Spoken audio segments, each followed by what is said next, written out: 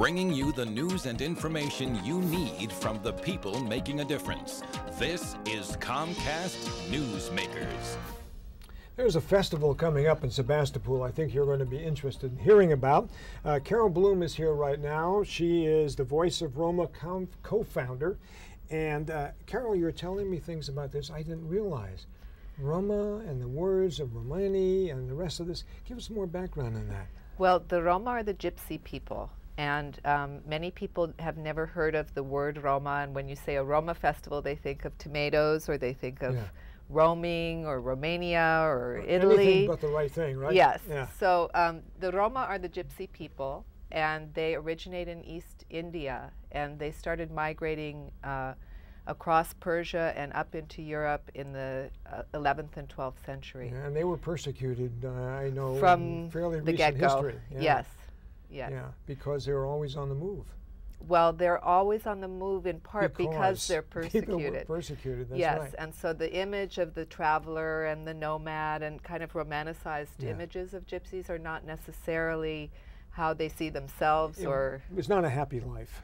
Being not on the run. Not necessarily, no. From the Cossacks and the rest of them was not a happy life. Right. We're not having a clothing sale here, but we do have a demonstration of some of the work that was done. Let's hold this up first. Now, the festival, first of all, is you said music, dancing, laughter, food, crafts, amazing performances by high caliber artists. I do want to say from the get-go that this is the first year. It's our 13th year doing the festival, and it's the first year that we have funding from the National Endowment for the Arts. Congratulations on that, because I know you're the co-founder of this. Yes. All right, let's hold this up here now, Carol. Okay, so this is a crocheted shawl. It's one of many colors that these come in and various sizes and shapes. And this was made by? This was made by Romani refugee women in Kosovo. Really? And this is part of a project that we call the Threads That Connect Us. And there are women in Kosovo who are doing crochet work and embroidery. I don't know if we can move on to one of the next things. Yeah, we will. Let me just fold this up here and put this out of the way. And so they do this embroidery work and the crochet work, and they send it to us.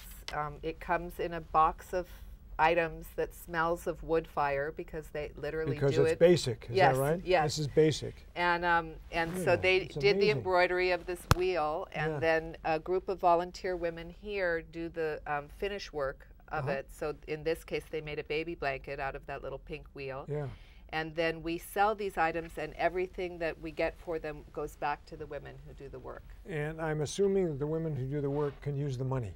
They a little blanket like this will feed a family of 4 for almost a month. Okay, that is amazing. Yeah. All right, that is amazing. And we sell it for about $60 or $65, so we're not talking about a lot of money. Yeah. This is one of my favorites that I saw before we started. This is a wall hanging, and so you could hang it on a little, it has the loops to hang it on a pole. Let's hold this up, and we'll hold it down here a little bit lower like that. Yeah. There we go. And it's a scene of the holiday that our festival is celebrating, which is called Herdeliesi. I saw that. I didn't dare try to pronounce it. I left it up to you to do that. Good choice. Yeah, good choice. It was a good choice. You're right. So it's called Herdeliesi, and it means the beginning of spring, of outdoor life, of movement and travel and celebration, living outdoors. And so this is a scene of the Herdeliesi Now, the festival itself will bring people from all over, I'm assuming. All over the country. Including gypsies. Yes, including the Romani people who come from different parts of the state and also from other states, New York, Washington, D.C.